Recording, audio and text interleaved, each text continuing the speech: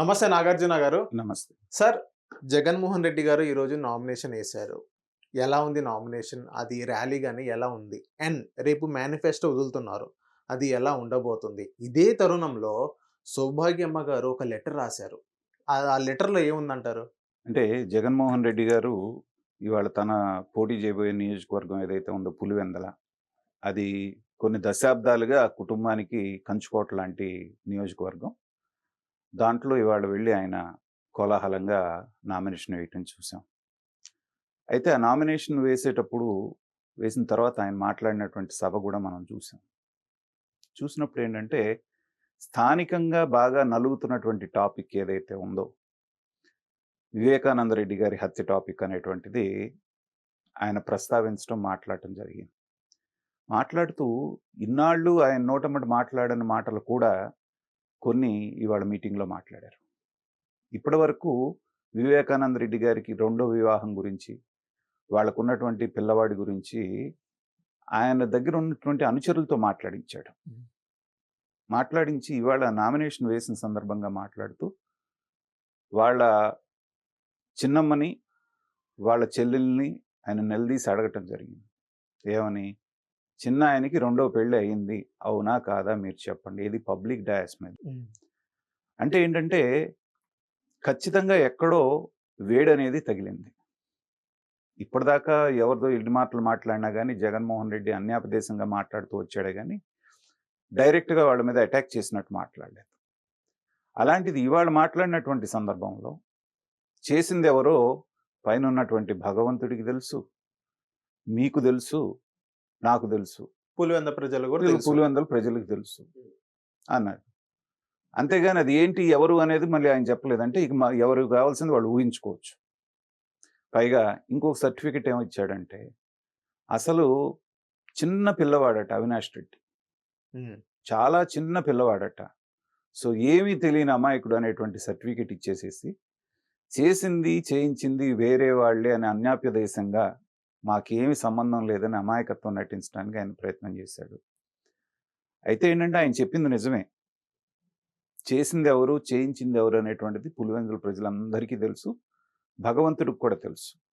అయితే ఆయన పక్షాన చెప్పుకున్నానని ఆయన అనుకున్నాడు గానీ, సభలో ఉన్నటువంటి వాళ్ళు దాదాపుగా నవ్వుకొని ఉండుంటారు. ఎందుకంటే మాకు కూడా తెలుసు ఎవరు చేయించారు, ఎవరు చేశారు అనేటువంటిది హ్మ్. వస్తుంది. కాకపోతే ఏంటంటే, ఆ సభలో ఆయన మాట్లాడినటువంటి మాటలు చూసినప్పుడు ఏంటంటే, స్థాయి దిగజారి మాట్లాడినట్టుగానే మనకి కనిపించింది. ఎందుకంటే, చెల్లెళ్ళిద్దరూ ఒకవైపు నుంచి తూర్పారబడుతున్నారు. స్వయాన షర్మిల కడప పార్లమెంట్‌లో పోటీ చేస్తా ఉంది. దీంతోటేంటంటే ఎట్టి పరిస్థితిలోనూ వీళ్ళకి దాన్ని గెలవాల్సినటువంటి పరిస్థితి వచ్చింది. ఎందుకంటే ఏమాత్రం అక్కడ తేడా కొట్టినా పూర్తి ప్రతిష్టకే భంగం కలిగేటువంటి అవకాశం ఉంది కాబట్టి ఎలాగైనా దాన్ని సాధించాలనేటువంటి విషయంలో ఇక డైరెక్ట్ అటాక్‌కి జగన్మోహన్ రెడ్డి గారు దిగారని మనం అనుకోవచ్చు. హ్మ్. తర్వాత ఇంకోటేంటంటే మీకు గ్యాగ్ ఆర్డర్ ఒకటి తెచ్చుకున్నారు. ఏది? కడప కోర్ట్ నుంచి. హ్మ్. ఏమని? ఈ వ్యక్తులు వివేకానంద రెడ్డి హత్య గురించి మాట్లాడకూడదు. ఎవరు? షర్మిల, సునీత, చంద్రబాబు నాయుడు, తర్వాతొచ్చి పవన్ కళ్యాణు, ఇంక ఇలాగ ఇద్దరు ముగ్గురు అక్కడ ఉన్నటువంటి బీటెక్ రవి ఇట్లాంటి వాళ్ళు. హ్మ్. కానీ ఆ కోర్ట్ ఇచ్చినటువంటి ఆర్డర్ కూడా చాలా మందిని ఆశ్చర్యానికి గురి చేసింది. మాట్లాడొద్దు అంటే ఎవరు కూడా మాట్లాడకూడదు అని చెప్పేసని చెప్పాల్సినటువంటి కోర్టు కేవలం ఒక 7, 8 మంది పేర్లు చెప్పి వీళ్ళు మాత్రం వివేకానంద రెడ్డి హత్య గురించి మాట్లాడకూడదని చెప్పడం. ఇవాళ బహిరంగ సభలోనే అదే పులివెందుల నుంచి జగన్మోహన్ రెడ్డి గారు వివరంగా మాట్లాడి ఆయన క్యారెక్టర్ అసాసినేషన్ కూడా చేయటం అనేటువంటిది వివేకానంద రెడ్డి గారిది చూసాం. అలాగే సాక్షి పత్రికలో వాళ్ళు వివేకానంద రెడ్డి గారి గురించి ఏం రాస్తున్నారు హత్య గురించి. తర్వాత సాక్షి టీవీలో ఏం చూపిస్తున్నారనేది మనందరం చూస్తున్నాం. అవును. కాబట్టి కొంతమందికి మాత్రమే మీరు మాట్లాడకూడదు అని చెప్పడం అనేటువంటిది చాలా మందిని ఆశ్చర్యానికి గురిచేసింది. అయితే దాని మీద వీళ్ళు హైకోర్టుకు కూడా వెళ్తున్నారు అనేటువంటిది చూసాము. బీటెక్ రవి, తర్వాత సునీత గారు వాళ్ళు. మరి అక్కడ ఏమవుతుందో చూడాలి. కాబట్టి వేయటం అయితే చాలా కోలాహలంగా ఆయన నామినేషన్ వేయటం జరిగింది. ఆ తర్వాత జరిగినటువంటి పరిణామాల్లో ప్రజలు ఎలా ఉన్నారు? ప్రజలు ఎటువైపు ఉంటారు? ఎందుకంటే షర్మిల, జగన్మోహన్ రెడ్డి ఇద్దరు కూడా ఒక రకంగా చెప్పాలి అంటే రాజశేఖర్ రెడ్డి గారి వారసత్వం గురించి ఇప్పుడు జరుగుతున్నటువంటి పోరాటం. హ్మ్. తర్వాత ఇంకోటేంటంటే, రాజశేఖర రెడ్డి గారికి ఎంత పేరుందో పులివెందుల ప్రాంతంలో కడప జిల్లాలో, వివేకానంద రెడ్డి గారికి గూడా కుడి ఎడంగా అంతే పేరుందక్కడ. సౌమ్యుడని, ఎవరన్నా వెళ్లి ఏదన్నా పని చేయమంటే తన సొంత ఖర్చులతో తీసుకెళ్ళి చేసేవాడనేటువంటి పేరు చాలా బాగా ఉంది ఆ ఏరియాలో. అవును. ఎందుకంటే రాజశేఖర రెడ్డి గారు రాజకీయాల రీత్యా ఎక్కువ హైదరాబాదు, ఢిల్లీ అటుపక్క తిరుగుతూ ఉంటే స్థానికంగా ఉన్నటువంటి వాళ్ళందరినీ ఈయన సమన్వయం చేసుకుంటూ ఉండేవారు. అలాంటి మనిషి అంత దారుణంగా హత్య చేయబడ్డప్పుడు ఖచ్చితంగా మామూలప్పుడు ఎలా ఉన్నా గానీ పోలింగ్ బూత్ దగ్గరికెళ్ళి ఓటు వేయబోయేటప్పుడన్నా ఓటర్‌కి అంతో ఎంతో మనసులోకి వస్తుంది గదా! ఈ 2 రాజకీయ పార్టీల ప్రచారం అనేటువంటిది అందు గురించి. వీళ్ళ వైపే ఆ ఓటర్ యొక్క మనసు ఉండాలి అనేటువంటి ప్రయత్నం చేస్తూ ఉన్నారు ఒకటి. రెండవది మీరడిగినట్టుగా సౌభాగ్యమ్మ గారు గూడా ఇవాళే లెటర్ రాశారు. హ్మ్. ఏమని? ఈ రోజు ఎందుకు రాసారు సార్? ఇన్ని రోజుల నుంచి ఎందుకు రాయలేదు? ఈ రోజు ఎందుకు పర్టిక్యులర్‌గా రాసారు? ఎందుకంటే నామినేషన్ వేస్తుంది ఇవాళే గాబట్టి. హ్మ్. సమయం, సందర్భం చూసుకోవాలంటారు గదా పెద్దలు. సో, ఆయనొచ్చి బహిరంగ సభ పెట్టి మాట్లాడతాడు అనేటువంటిది అందరికీ తెలుసు. ఏం మాట్లాడబోతున్నాడనేది గూడా ఎవరైనా కాస్త కామన్ సెన్స్ ఉన్నటువంటి వాళ్ళు ఊహిస్తారు. కాబట్టి అక్కడ నామినేషన్ పడే టైంకి ఇక్కడ ఈవిడ లెటర్ రిలీజ్ చేయటం అంటే ఏంటంటే, కౌంటర్ అటాక్ అనేటువంటిది మనం చెప్పుకోవచ్చు. దాంట్లో మరి నువ్వు ఇంటికి పెద్దగా అన్నగా ఉన్నటువంటి వాడు ప్రొటెక్ట్ చేయాల్సింది పోయి, నీ చిన్నాన్ని చంపినటువంటి నిందితులకు నువ్వు మద్దతు పలకటం ఏంటి? న్యాయం చేయాల్సినటువంటి నువ్వే అన్యాయం చేయటం ఏంటి అని ఆవిడ బాధనంతా వ్యక్తపరుస్తూ దాన్ని ఇచ్చేసింది. సో, అది ప్రజల్లోకి బాగా వెళ్ళింది. ఇది నామినేషన్ ఎంత బాగా వెళ్తుందో అది గూడా ఎందుకంటే టీడీపీకి తర్వాత షర్మిలకి అనుకూలంగా ఉన్న ఛానెల్స్ కొన్ని ఉంటాయి గాబట్టి, ఆ ఛానెల్స్ వోళ్ళు దాన్ని హైలైట్ జేస్తున్నారు. జగన్మోహన్ రెడ్డి గారికి అనుకూలంగా ఉన్నటువంటి ఛానెల్స్ ఏమో ఆయన నామినేషను ఆయన మాట్లాడిన దాన్ని హైలైట్ జేస్తారు. అది న్యాచురల్‌గా జరిగేదే. అవును. ఈ రెండిటి మధ్యన జనం దేన్ని చూజ్ చేసుకుంటారనేటువంటిది ప్రధానమైనటువంటిది.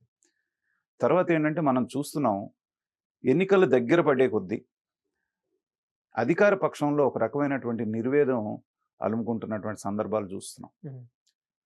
మీకు మామూలుగా ప్రతిపక్షంలో ఉన్నటువంటి కూటమిలో ఉన్న అభ్యర్థులు నామినేషన్ వేసేటప్పుడు చాలా కోలాహలంగా వెళ్తున్నారు. పెద్ద పెద్ద ర్యాలీలు చేసుకుంటూ ఆర్భాటంగా వెళ్తున్నారు. వాళ్ళు బాగా ఉత్సాహంగా ఎళ్తున్నారు గదా! కూటమి వైపు. వైసీపీ వాళ్ళు ఏమంటున్నారంటే ఓవర్ కాన్ఫిడెన్స్. హ్మ్. ఆరే దీపానికి వెలుగెక్కువ అని కొన్ని కామెంట్స్ వినిపిస్తున్నాయి. సరే దానికి మీరేమంటారు? వాళ్ళు అంటంలో తప్పు లేదు. ఎందుకంటే ఏదో ఒక కౌంటర్ ఇవ్వాలి కాబట్టి ఇవ్వటం. హ్మ్. కానీ వీళ్ళ అభ్యర్థులకి వెళదాం రమ్మంటే గూడా జనాలు రావట్లేదని మరి కొంతమంది చెప్తున్నారు. ఇప్పుడు వైఎస్ఆర్‌సీపీ వాళ్ళు నామినేషన్‌లు వేసినప్పుడు ఆర్భాటంగా ఎంతమంది వేశారు మీరు చెప్పండి? 2 కార్లు, 4 కార్లు, 5 కార్లతో వెళ్తున్నారనే వార్తలొస్తున్నాయి. అవును. అదే యువతల పక్కాళ్ళు తండోపతండాలుగా వెళ్తున్నారు గదా! అంటే ఏంటి? ఆరిపోయే దీపం ఏది? లేకపోతే వెలుగునిచ్చే దీపం ఏదని వాళ్ళనుకుంటే కాదు గదా! అల్టిమేట్‌గా ప్రజలు నిర్ణయించాలి. తర్వాత ప్రచార సరళి గూడా కొంత మనకు అర్థమవుతూ ఉంటుంది. ఉత్సాహం కార్యకర్తల్లో గానివ్వండి, లేకపోతే నాయకులు మాట్లాడేటప్పుడు వాళ్ళ వైపు నుంచి వచ్చేటువంటి రెస్పాన్స్ చూస్తున్నప్పుడేంటంటే, ప్రభుత్వ వ్యతిరేకత అనేది 5 సంవత్సరాలు పాలించిన తర్వాత ఏ ప్రభుత్వం మీదైనా ఉంటుంది.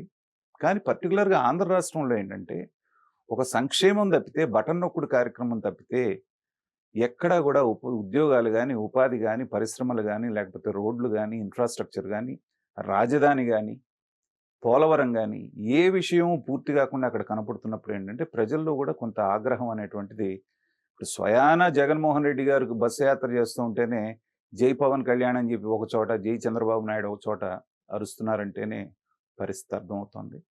కాబట్టి ఎవరికి వాళ్ళు మేమే గెలుస్తాం అనుకోవటం సహజం. 13వ తారీఖు ఎలక్షన్ అయిన తర్వాత 4వ తారీఖు జూన్ 4వ తారీఖు రిజల్ట్స్ వచ్చే వరకు గూడా మనం గూడా వేచి చూడాలి.